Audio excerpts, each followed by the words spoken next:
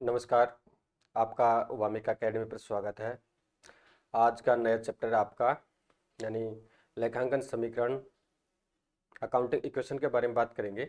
जैसा कि फ्रेंड्स ये क्लासेज आपकी जेवीएनएल जूनियर अकाउंटेंट भर्ती परीक्षा 2026 के रिगार्डिंग चलाई जा रही है। यानी ये क्लासेज आपको free of cost Wamiqa academy channel पर मिलेगी। तो जो भी साथी इंटरेस्टेड है फ्री कोर्स के लिए वो वामिका एकेडमी चैनल को ज़रूर सब्सक्राइब करें या ज्वाइन करें, ताकि आपको जेवीएनएल भर्ती परीक्षा 2026 की जो भी फ्री ऑफ कॉस्ट क्लासेज है वो निःशुल्क इस यूट्यूब चैनल के माध्यम से मिलती रही है।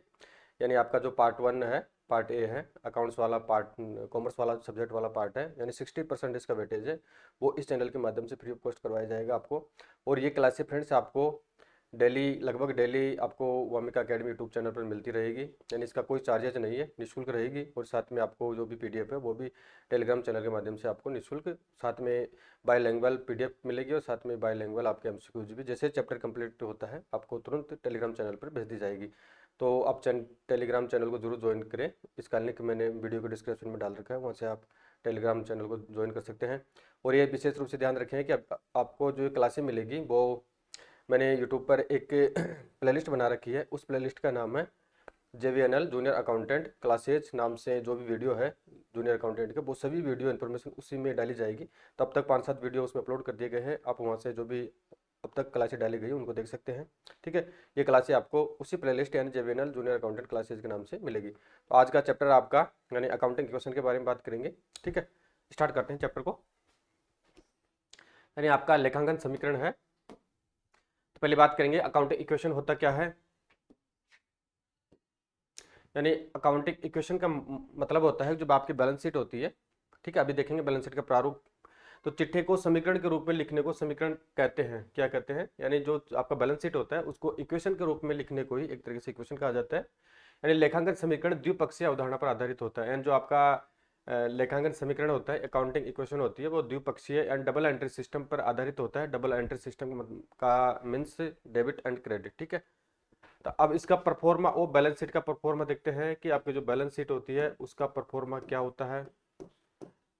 ठीक है, यानी असेट्स क्या होती है, लाइबिलिटीज क्या होती है, और इसमें लाइबिलिटीज में कौन कौन से मदों को इंक्लूड किया जाता है, असेट्स में कौन कौन सी मद को इंक्लूड किया जाता है।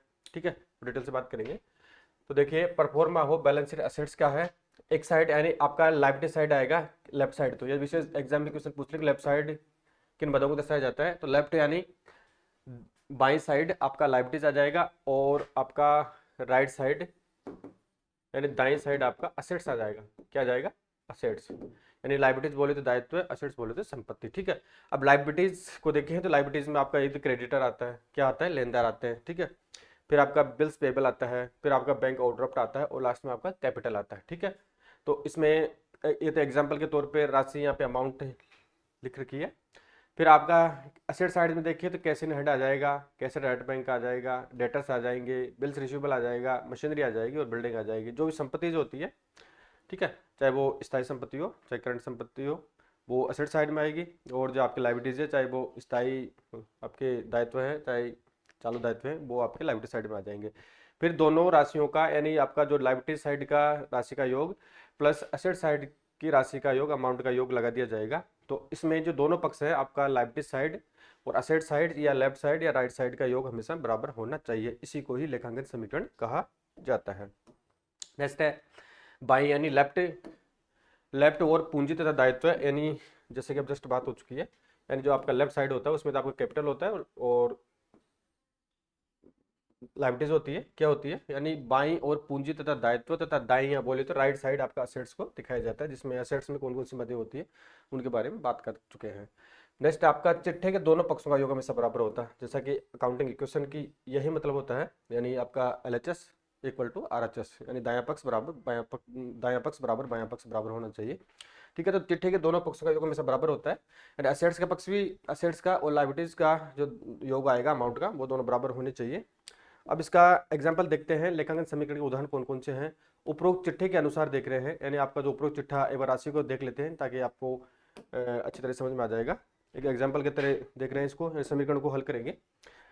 इसमें क्रेडिटर आपके 10,000 है, बिल्स पेबल आपके 4,000 है, बैंक ओवरड्राफ्ट आपका 10,000 का है, कैपिटल आपकी 50,000 रुपए की। ठीक है, टोटल आपके लाइबिलिटीज होगी 74,000 की। ठीक है, 74,000।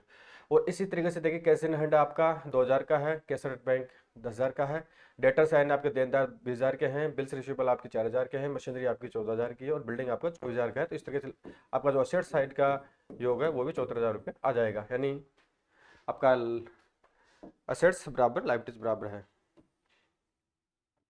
अब इसका उदाहरण को देखते हैं, कैसे देखते हैं, राशि देख चुके हैं, यानी अगर उपरोक्त चिट्ठे के अनुसार देख रहे हैं, चाहे आपका ये तो एग्जाम्पल के तौर पर देख रहे हैं, अगर एग्जाम में आपका क्वेश्चन आता है किसी प्रकार से आ सकता है, अमाउंट चेंज होगी, तो आपको अगर ये 3 सूत्र याद है, फॉर्मूलाज याद है, तो आप किसी भी प्रकार का जो भी क्वेश्चन आएगा, समीकरण आएगा, उसको आसानी से सोल्व कर सकते हैं।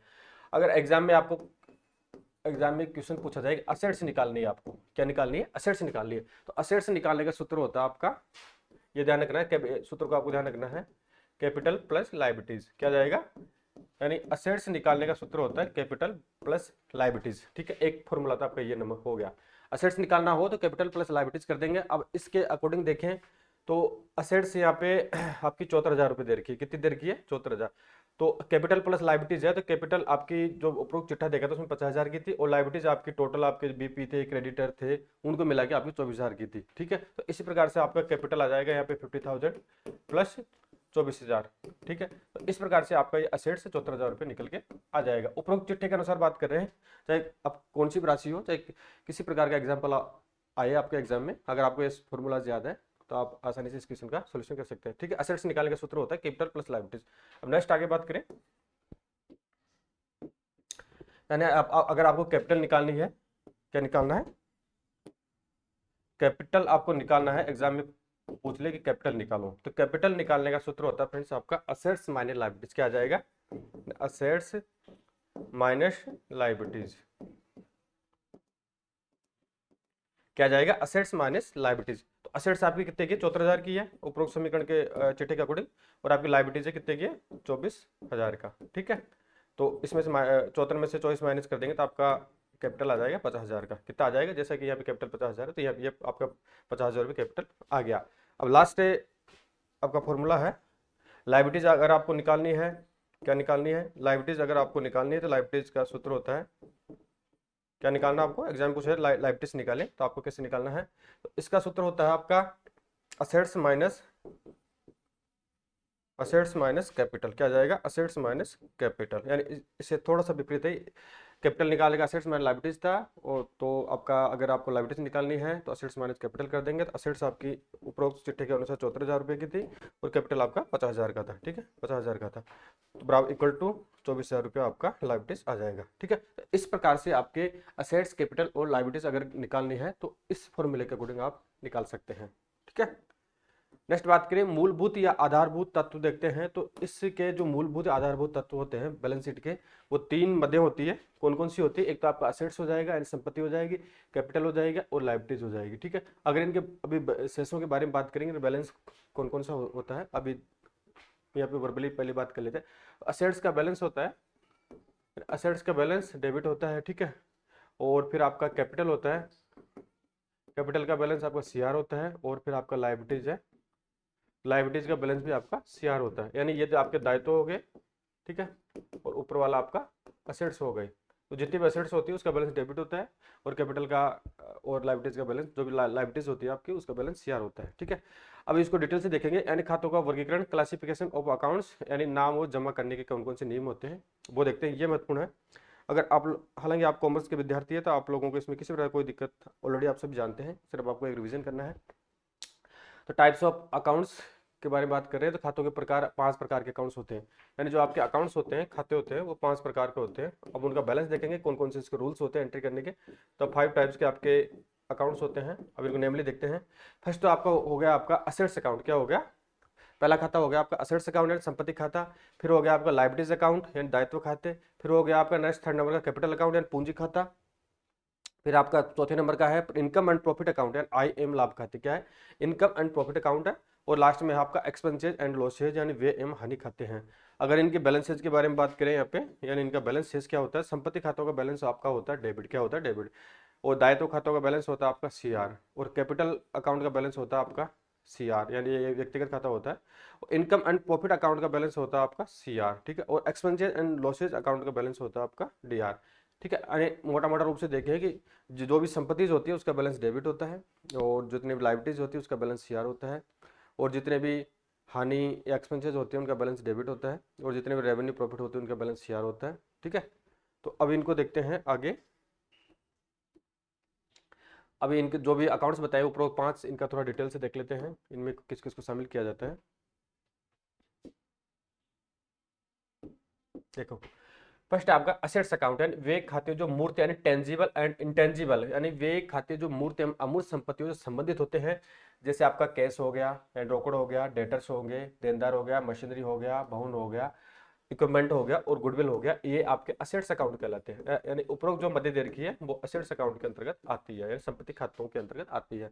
नेक्स्ट आपका लाइबिलिटीज अकाउंट, दायित्व खाते हैं, वे खाते जो बाहरी व्यक्तियों और संस्थाओं से संबंधित होते हैं, यानी लाइबिलिटीज अकाउंट उसे कहते हैं जो वे खाते जो बाहरी व्यक्तियों यानी एक्सटर्नल पर्सन या इंस्टीट्यूशन से संबंधित होते हैं, यानी उनसे व्यापार द्वारा वित्त या साख प्राप्त किया गया है, तो इन फ्यूचर में उनको रिपेमेंट करना होगा, तो इस कारण से लाइबिलिटीज होती है। तो वे खाते जो बाहरी व्यक्तियों और संस्थाओं से संबंधित होते हैं जो व्यापार को वित्त एवं साख उपलब्ध कराते हैं, जैसे क्रेडिटर्स हो गया आपके, लेनदार हो गए, बैंक ओवरड्राफ्ट हो गया यानी अधिविकर्ष हो गया, बैंक लोन हो गया, बिल्स पेबल हो गया, एक्सेट्रा आपके लाइबिलिटीज अकाउंट्स होते हैं। नेक्स्ट आपका कैपिटल अकाउंट, तो ये खाता, ये महत्वपूर्ण खाता है, यानी व्यापारी द्वारा जो पैसा लगाया जाता है व्यापार को स्टार्ट करने के लिए, वो कैपिटल होता है, पूंजी होती है।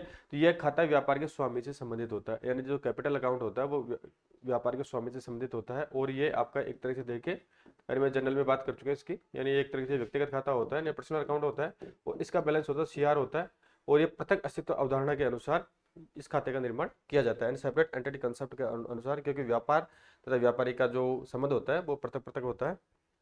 नेक्स्ट अकाउंट आपका थर्ड नंबर का इनकम एंड प्रॉफिट अकाउंट्स, यानी वे खाते जो व्यापार की आय एवं लाभ से संबंध रखते हैं, यानी इस प्रकार के अकाउंट्स जो व्यापार के रेवेन्यू एंड प्रॉफिट से रिगार्डिंग होते हैं, जैसे आपका इंटरेस्ट रिसीव्ड हो गया, यानी व्यापार को ब्याज मिला है, यानी पूंजी पे ब्याज मिला है, सिक्योरिटीज पे मिला है, या इन्वेस्टमेंट पे ब्याज मिला है, इसके अलावा कमीशन रिसीव्ड, या कोई किसी प्रकार का व्यापार को कोई कमीशन प्राप्त हुआ हो, या रेंट कोई किराया संपत्ति अगर किराए में दे रखी है तो उसका किराया प्राप्त हुआ हो, तो ये व्यापार के लिए इनकम है, प्रॉफिट है।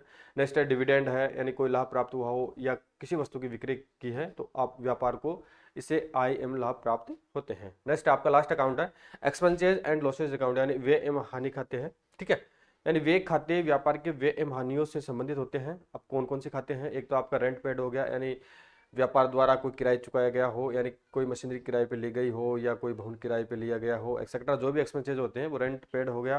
फिर आपका इंटरेस्ट पेड है, यानी पूंजी उधार ली गई हो, ठीक है, उस पर ब्याज दिया गया हो। लॉस बाय थेफ्ट, यानी चोरी के कारण कोई हानि हो गई हो। गुड डिस्ट्रॉयड बाय फायर, आग से कोई माल नष्ट हो गया हो, या किसी प्रकार का दान व्यापार द्वारा दिया गया हो, या कोई डूबत पैसा डूब गया हो, बैड डेब्ट्स हो गया हो, या किसी प्रकार की रॉयल्टी पे की हो, या बैड डेब्ट्स एक्सेट्रा जो भी है खर्चे हैं वो व्यापार के एक्सपेंसेस एंड लॉसेज अकाउंट के अंतर्गत आते हैं। तो ठीक है फ्रेंड्स, यानी अब के 5 प्रकार के जो खाते होते हैं, assets account, liabilities account, capital account, income and profit accounts और एक्सपेंसेस एंड लॉसेज अकाउंट के बारे में डिटेल से यहाँ पे बात कर चुके हैं। ठीक है, अब खाता के रूल्स देखते हैं, यानी जो आपके उपरोक्त 5 प्रकार के खाते हैं उनका रूल्स क्या है, किस प्रकार से उनकी प्रविष्टि की जाएगी, किस प्रकार से जनरल प्रविष्टि की जाएगी, और इनका जो बैलेंस होता है वो बैलेंस कौन सा होता है। हालांकि बैलेंस के बारे में बात कर चुके हैं लेकिन पुनः दोबारा करेंगे। तो फर्स्ट देखते हैं अकाउंट्स, यानी आपकी टेबल दे रखी है, एक तो अकाउंट्स हो गया यानी खाता हो गया, नाम और जमा के नियम है, डीआरसीआर रूल्स है, और बैलेंस और इनका जो शेष होता है वो क्या होता है वो देखते हैं। फर्स्ट अकाउंट्स के बारे में यहाँ पे बात करें, यानी असेट्स अकाउंट आपका। तो असेट्स अकाउंट में जैसा कि आप सभी को पता होना चाहिए, असेट्स अकाउंट के अंतर्गत कौन कौन सी मदें आती है, उपरोक्त बात कर चुके हैं। ठीक है, तो आप कॉमर्स के विद्यार्थी, आप सभी को अच्छी तरह से पता है इस चीज का। अगर संपत्ति में वृद्धि होती है, यानी इंक्रीज इन असेट्स, या अगर संपत्ति में वृद्धि होने पर उसको डेबिट कर देंगे, क्या कर देंगे, नाम कर देंगे। जैसे आपने, आपके पास कोई संपत्ति आपने परचेज की है, ठीक है, मशीनरी परचेज की है, तो एंट्री हो जाएगी आपकी purchase, sorry, machinery account debit to, जो भी आप नगद किया उधार किया उस हिसाब से आ जाएगा, परचेज या जो भी व्यक्ति का नाम आ जाएगा। तो संपत्ति में वृद्धि होने पर डेबिट करेंगे, क्या करेंगे, यानी अगर संपत्ति में वृद्धि होती है तो उसको डेबिट कर देंगे, और अगर कमी होती है संपत्ति में, अगर संपत्ति को बेच देते हैं या नष्ट हो जाती है, जो भी व्हाटएवर जो भी रीजन है, तो उसको जमा कर देंगे। ठीक है, यानी संपत्ति में वृद्धि होने पर डेबिट करेंगे और कमी होने पर उसको क्रेडिट कर देंगे, और इसका जो बैलेंस होता है वो डेबिट होता है। क्या होता है, यानी संपत्तियों का बैलेंस होता है डेबिट एंड नाम, क्या होता है, नाम। ठीक है, अब नेक्स्ट अकाउंट आपका लायबिलिटीज एंड दायित्व खाते हैं। तो दायित्व खातों का बैलेंस होता है वो सीआर होता है, क्या होता है, सीआर होता है। अगर दायित्व में वृद्धि होगी, क्या होगी, दायित्व में वृद्धि होगी तो क्रेडिट करेंगे, और कमी होने पर उसको इसका विपरीत यानी डेबिट कर देंगे। ठीक है। नेक्स्ट आपका कैपिटल अकाउंट है, तो पूंजी में अगर वृद्धि होगी तो उसको क्रेडिट करेंगे, और इसका बैलेंस होता है वो सीआर होता है, वो कमी होने पर डेबिट कर देंगे। सेम लायबिलिटीज और कैपिटल सेम एप्लीकेबल होगा। नेक्स्ट है इनकम एंड प्रॉफिट अकाउंट्स के बारे में यहाँ पे बात करें तो आई एम लाभ में वृद्धि होती है, अगर व्यापार में आई एम लाभ में अगर वृद्धि होती है तो उसको सीआर कर देंगे, और इसके विपरीत यानी कमी होने पर उसको डेबिट कर देंगे, और आई इनकम एंड प्रॉफिट का जो बैलेंस होता है वो क्या होता है, सीआर होता है, यानी क्रेडिट होता है। नेक्स्ट आपका लास्ट अकाउंट है एक्सपेंसेज एंड लॉसेज अकाउंट है। कौन सा है, एक्सपेंसेज एंड लॉसेज अकाउंट है, यानी व्यय एवं हानियों में वृद्धि होने पर, अगर व्यापार में किसी प्रकार से कोई व्यय होता है या लॉसेज होता है, तो अगर उनमें इंक्रीज होती है, वृद्धि होती है, तो उसको डेबिट कर देंगे, और कमी आने पर उसको क्रेडिट कर देंगे। ठीक है। और इसका जो बैलेंस होता है एक्सपेंसेस एंड लॉसेज अकाउंट का डेबिट बैलेंस से होता है। ठीक है। तो ये पांचों प्रकार के अकाउंट्स के बारे में बैलेंस और उनकी डिटेल से बात कर चुके हैं। अब इसको एक यानी बैलेंस शीट की थ्योरेटिकल यानी बेसिक के बारे में बात कर चुके हैं, जिसमें आपका बैलेंस शीट एक अकाउंटिंग इक्वेशन क्या होता है। ठीक है। उसके बाद में आपका जो बैलेंस शीट होता है, चिट्ठा होता है, उसका प्रारूप क्या होता है, एंड लायबिलिटी साइड में कौन कौन सी मदें आती है, असेट साइड में कौन कौन सी मदें आती है, और फिर उसके जो फॉर्मूलाज है, असेट्स किस प्रकार से याद की जाती है, यानी अकाउंटिंग इक्वेशन के अंतर्गत असेट्स कैसे याद की जाएगी, लायबिलिटीज कैसे याद की जाएगी, फिर आपका कैपिटल कैसे याद किया जाएगा, और जो खाते होते हैं 5 प्रकार के, उनके बैलेंसेज के बारे में बात कर चुके हैं, और पांचों खातों के बारे में डिटेल से बात कर चुके हैं, इनमें कौन कौन सी मदें आती है, और उनके जो एंट्री करने के रूल्स होते हैं नाम और जमा के, उसके बारे में बात कर चुके हैं। ठीक है। बेसिक आपका कंप्लीट हो चुका है। अब बैलेंस शीट का एक एग्जांपल देखेंगे, यानी एक प्रैक्टिकल क्वेश्चन देखेंगे, जिससे आपको अकाउंटिंग इक्वेशन या समीकरण तैयार करना है, और फिर उसके बाद में आपको बैलेंस शीट तैयार करनी है। यानी इस समीकरण को आप अगर अच्छी तरह से देख लेंगे तो आपके जो भी कन्फ्यूजन्स है वो इस वीडियो या अभी जस्ट बात करेंगे उससे कंप्लीट हो जाएंगे। आपको यानी अकाउंटिंग इक्वेशन या बैलेंस शीट वाला अगर किसी प्रकार का से कोई क्वेश्चन आता है तो आपका जो भी सस्पेंस है वो दूर हो जाएगा, यानी आप एग्जाम में उस क्वेश्चन को बिल्कुल सही करके आएंगे। ठीक है। आपका नेगेटिव मार्किंग नहीं होगा या नेगेटिव इंपैक्ट नहीं पड़ेगा आपका। तो जैसा कि बैलेंस शीट के बारे में हो चुकी बात, तो बैलेंस शीट ये ध्यान रखना है कि बैलेंस शीट एक निश्चित तिथि को बनाई जाती है। कब बनाई जाती है, निश्चित तिथि को संपत्ति एवं दायित्व याद करने हेतु बैलेंस शीट बनाई जाती है। अब यह कोई जरूरी नहीं है कि वर्ष के अंत में बनाई जाती है, सामान्यतः वर्ष के अंत में बनाई जाती है। अगर व्यापारी को इन मिड ईयर में अगर कोई संपत्ति दायित्व याद करना है तो वो बैलेंस शीट बना सकता है। अब इसको एग्जाम्पल से देख रहे हैं, निम्नलिखित व्यवहारों से लेखांकन समीकरण तैयार कीजिए एवं वर्ष के अंत में चिट्ठा भी बनाइए। ठीक है। क्या कह रहा है, prepare accounting equation from the following transaction and also prepare a balance sheet the end of the year. ठीक है। इसमें बता रखा है हरि राम ने नगद से व्यापार आरंभ किया। अभी फ्रेंड्स आपको राशि ध्यान रखना है, ये ध्यान रखना थोड़ा, अरे हरि राम ने नगद से व्यापार आरंभ किया, Hari Ram started business with 1.5 lakh, यानी 1,50,000 रुपये पूंजी से हरि राम ने व्यापार प्रारंभ किया है। नेक्स्ट क्वेश्चन है आपका, पहले इन क्वेश्चन को पूरा देखते हैं फिर इसका सॉल्यूशन करेंगे। फिर है आपका कार्यालय प्रयोग है तो टाइपराइटर क्रिएट किया, in purchased a typewriter for cash for office uses. ठीक है। कितने का, 8,000 रुपये का है आपका। नेक्स्ट है माल नगद खरीदा 30,000 रुपये का, माल उधार खरीदा 45,000 रुपये का, and brought goods for cash and credit. कितने का खरीदा है, यानी आपका 30,000 रुपये का माल तो क्या है, नगद में है एंड कैश में है, और 45,000 रुपये का माल आपका उधार में है। टोटल माल कितने का हो गया आपका, 75,000 का। कितने का हो गया, 75,000 का। नेक्स्ट है 75,000 रुपये का माल यानी 1/3 या 33 से 1/3% लाभ पर बेचा, आधा भुगतान नगद प्राप्त किया। यानी आपका इसमें बता रखा है 75,000 रुपये का माल जो परचेज किया, 30,000 नगद किया है, और आपका 45,000 उधार किया है। टोटल 75,000 का आपने माल गुड्स परचेज कर लिया है, जिसमें से 75,000 का माल है उसको 1/3 यानी 33 से 1/3% लाभ पे बेचा, तो इसका 75,000 का 1/3 कर देंगे प्रॉफिट, तो आपका ये 1 लाख रुपये हो जाएगा। कितना हो जाएगा, 1 लाख रुपये की सेल्स होगी, जिसमें 75,000 आपका परचेज है, 25,000 आपका प्रॉफिट हो गया। ठीक है। अब इसमें से बता रखा है कि आधा भुगतान नगद प्राप्त किया, तो आधा भुगतान कितना हो जाएगा, 1 लाख का 50,000 रुपये का। ठीक है। और 50,000 रुपये आपके उधार है। नेक्स्ट है वेतन व किराए का क्रम से 2,000 एवं 3,000 रुपये का भुगतान किया, यानी salary and rent paid 2,000 and 3,000 respectively. Next है आपका छठा नंबर का टॉपिक, इसमें purchased a scooter for personal use rupees यानी 30,000। ठीक है। निजी प्रयोग हेतु स्कूटर खरीदा 30,000 रुपये का, व्यापारी द्वारा निजी प्रयोग हेतु स्कूटर खरीदा है। नेक्स्ट है कमीशन प्राप्त किया, यानी व्यापारी द्वारा कमीशन प्राप्त किया, रिसीव्ड कमीशन कितने का, 1,000 रुपये का। 1,000 रुपये का आपने व्यापारी ने कमीशन रिसीव किया। नेक्स्ट आपका लेनदारों को भुगतान किया, यानी पेड टू क्रेडिटर, एंड जो व्यापार के लेनदार है उनको व्यापारी द्वारा भुगतान किया गया है। कितने का किया गया है, 15,000 का। ठीक है। अब इस प्रकार से आपको क्या करना है, लेखांकन समीकरण तैयार करना है और फिर लास्ट में आपको बैलेंस शीट तैयार करनी है। ठीक है, अब इसको देखते हैं। फर्स्ट वाला क्वेश्चन था अपना, नगद से व्यापार आरंभ किया था। तो यहाँ पे आपके असेट्स से समीकरण बना रहे हैं, हालांकि प्रैक्टिकल के रूप में समझ रहे हैं, आपको इस प्रकार से एग्जाम में क्वेश्चन बनाने सारणी बनाने की आवश्यकता नहीं है, डायरेक्ट आप रफली बना सकते हैं। असेट्स आ गया, फिर लाइबिलिटीज आ गया। तो असेट्स में आपके नगद का व्यापार हुआ था, एक तो एक टाइपराइटर है माल का हुआ था, और इसमें आपके देनदार आ गए, और दायित्व में आपके लेनदार प्लस पूंजी आ गया। ठीक है, और जो जो भी इस क्वेश्चन के अकॉर्डिंग ट्रांजेक्शन हुए वो अपन लिख चुके हैं। अब फर्स्ट मध्य है, नगद से व्यापार आरंभ किया था, कितने से किया था, 1.5 लाख रुपए से अपन ने नगद से व्यापार आरंभ किया था। तो व्यापार में क्या आ गया, यानी इसकी एंट्री होती है नगद से व्यापार करने की, cash account debit to capital account. ठीक है, यानी 1,50,000 से 1,50,000 आपका ये आ गया। तो 1,50,000 रुपये व्यापार में पूंजी लगाएंगे, तो स्वाभाविक है कि आपका 1.5 लाख रुपए व्यापार में नगद आएंगे। तो नगद में ये आपके 1.5 लाख रुपए इधर आ गए। ठीक है, क्या आ गए, यानी 1.5 लाख रुपए नगद में, नगद बढ़ेगा, स्वाभाविक है व्यापार में पूंजी लगाएंगे।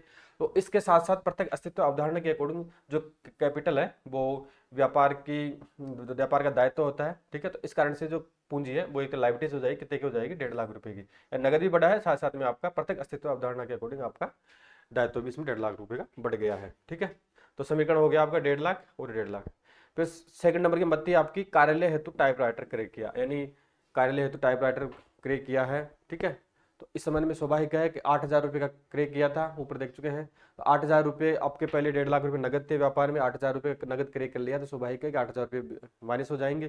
कितने, 8,000 रुपये व्यापार में कम हो जाएंगे, तो 8,000 रुपये माइनस हो जाएंगे। ठीक है, तो यहाँ पे नया समीकरण हो जाएगा आपका 1,42,000, कितने हो जाएंगे, यानी 8,000 रुपया टाइपराइटर क्रय किया है, तो 1,42,000 आपके शेष रह जाएंगे। और इस तरह से टाइपराइटर ए माल है, तो आपका टाइपराइटर है वो प्लस हो जाएगा, क्योंकि व्यापार में संपत्ति आ चुकी है, तो 8,000 रुपये ये आपके प्लस हो गए, किसमें, टाइपराइटर ए माल में।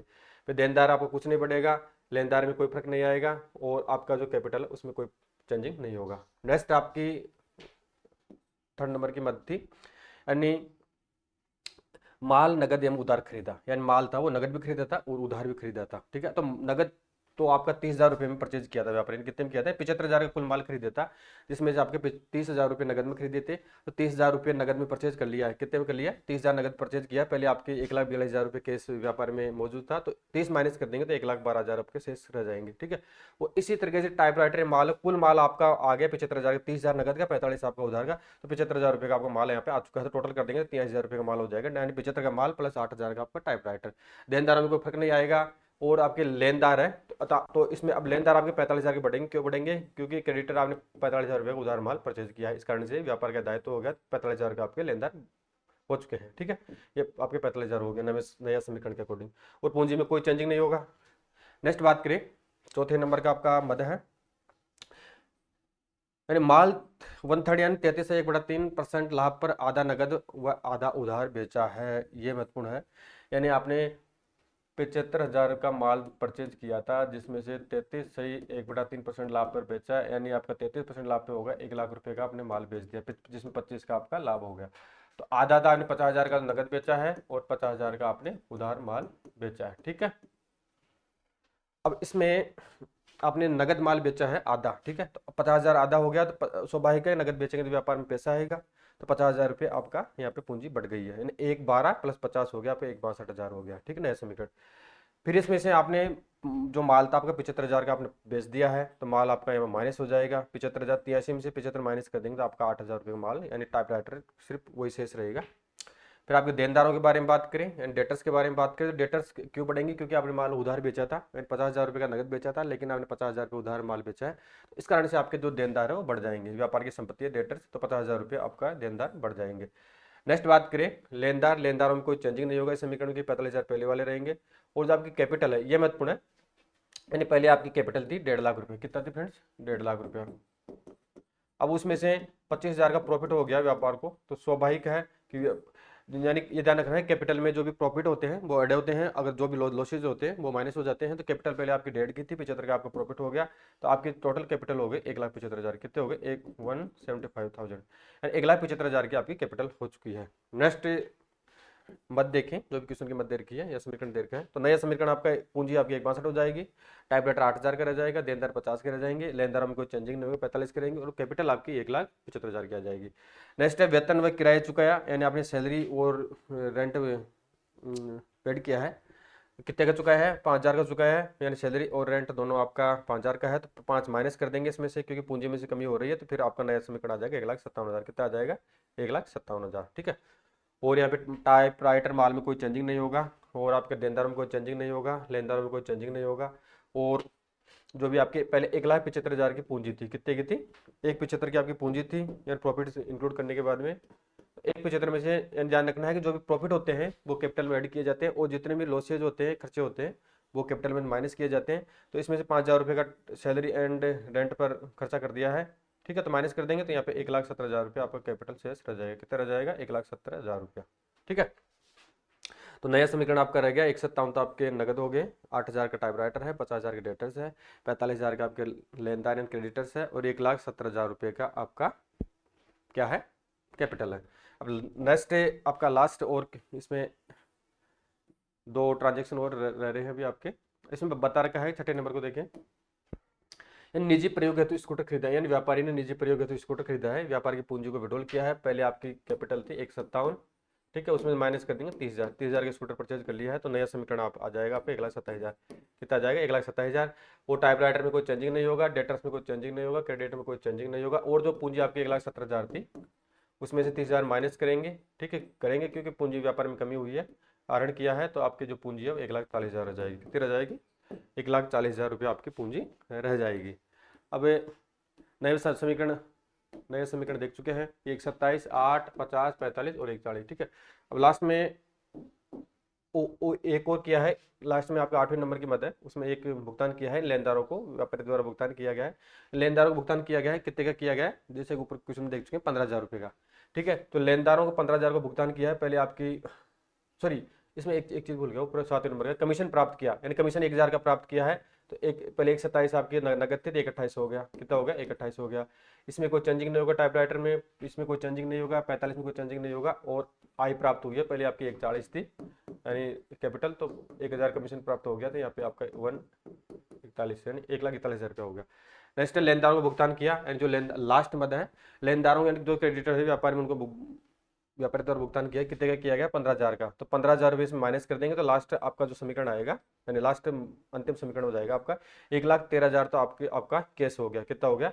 1,13,000 तो आपका नगद हो गया, 8,000 का आपका टाइपराइटर है, वो 50,000 के आपके डेटर्स है, इसमें कोई चेंजिंग नहीं है, और फिर आपके जो लेनदार थे, पहले लेनदार कितने थे फ्रेंड्स? 45,000 के, ठीक है, यानी आपने उधार में माल परचेज किया था, जिसमें से आपने 45 में से 15,000 का भुगतान कर दिया है, तो 30,000। अब लास्ट में जो समीकरण रहेगा, आपको 30,000 के आपके लेनदार रह जाएंगे। कितने रह जाएंगे? लास्ट समीकरण का अकॉर्डिंग आपको 30,000 के लेनदार रह जाएंगे, और जो आपकी कैपिटल है, कैपिटल में कोई चेंजिंग नहीं हुआ, जो पहले वाले 1,41,000 है वो आपकी कैपिटल रह जाएगी, ठीक है।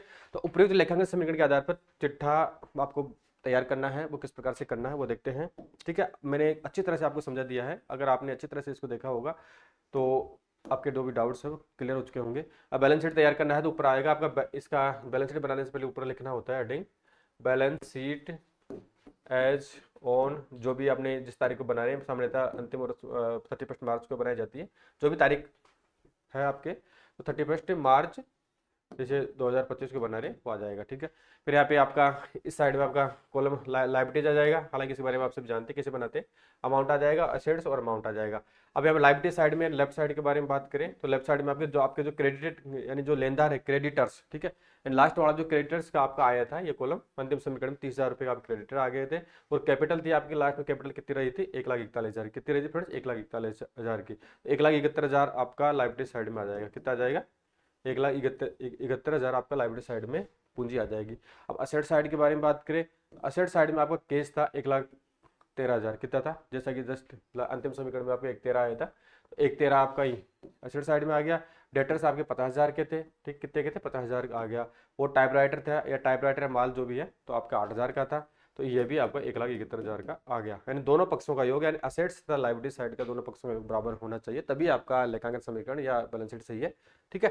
तो यहाँ पे जो भी समीकरण बनाए क्वेश्चन के अकॉर्डिंग, इसमें समीकरण का सोल्यूशन कर चुके हैं, साथ में आपके बैलेंस शीट भी तैयार कर चुके हैं। ठीक है फ्रेंड्स, तो आपका ये बैलेंस शीट वाला चैप्टर यानी लेखांकन समीकरण वाला चैप्टर मैंने अच्छी तरह से आपको समझा दिया है। जो भी आपके कंफ्यूजन है, क्यूरीज है, मुझे कमेंट करके जरूर बताना। ठीक है, और इन क्लासों में अगर आप किसी प्रकार का कोई सुधार चाहते हैं तो मुझे ज़रूर गाइडेंस करें, अवगत कराएं, ताकि मैं और मेरी क्वालिटी है या कोई कमियां हैं उसमें सुधार कर सकूं। ठीक है साथियों, थैंक यू।